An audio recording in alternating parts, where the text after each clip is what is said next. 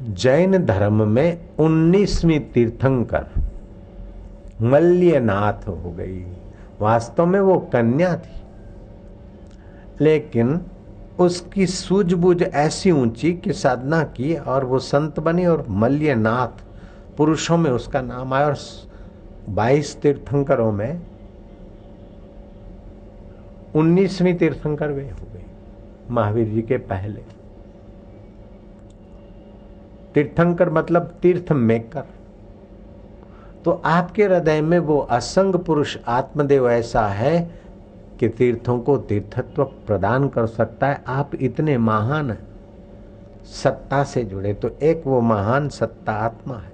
मल्यनाथ की कथा ऐसी है कि बड़ी खूबसूरत थी, घर में राजकन्या थी। उसके रूप, लावण्य, सौंदर्य और चरित्र को सुनकर बड़े बड़े राजों के राजकुमारों ने तकदीर आजमाई, लेकिन राजा साहब को कन्या ने कह दिया कि मुझे इस भोगियों के साथ विवाह नहीं करना। तो कोई पंडितों के बड़े बड़े विद्वान लड़कों ने भी अपना प्रस्ताव रखा, उसने इनकार कर दिया। आखिर कुछ कामी युवक और कुछ राजा मिलकर कैसे भी करके इस राजा को परास्त करके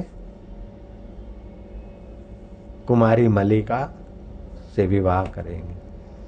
तो जब सभी ने एकजुट होकर उन पर चढ़ाई का घोषणा कर दी, तो कन्या समझ गई कि मेरे इस बाह्य सौंदर्य पर मोहित भमरे इकट्ठे होकर मेरे पिता के सैनिकों को और पिता के राज्य को कष्ट पहुंचाएंगे।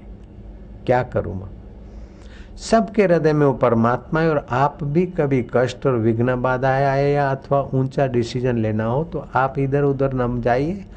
मन कुछ कहता है, लोग कुछ कहते हैं, बुद्धि कुछ कहती है, तो आप बुद्धि की बात मानिए। और बुद्धि भी कहती है लेकिन असमंजस में है, तो आप हृदय की बात मानिए। और हृदय की बात भी कुछ ऐसे प्रभात काल को ईश्वर को प्रार्थना करके हृदय शुद्ध हो, उस समय हृदय की प्रेरणा लीजिए, आपके कदम ठीक जगह पे पड़ेंगे।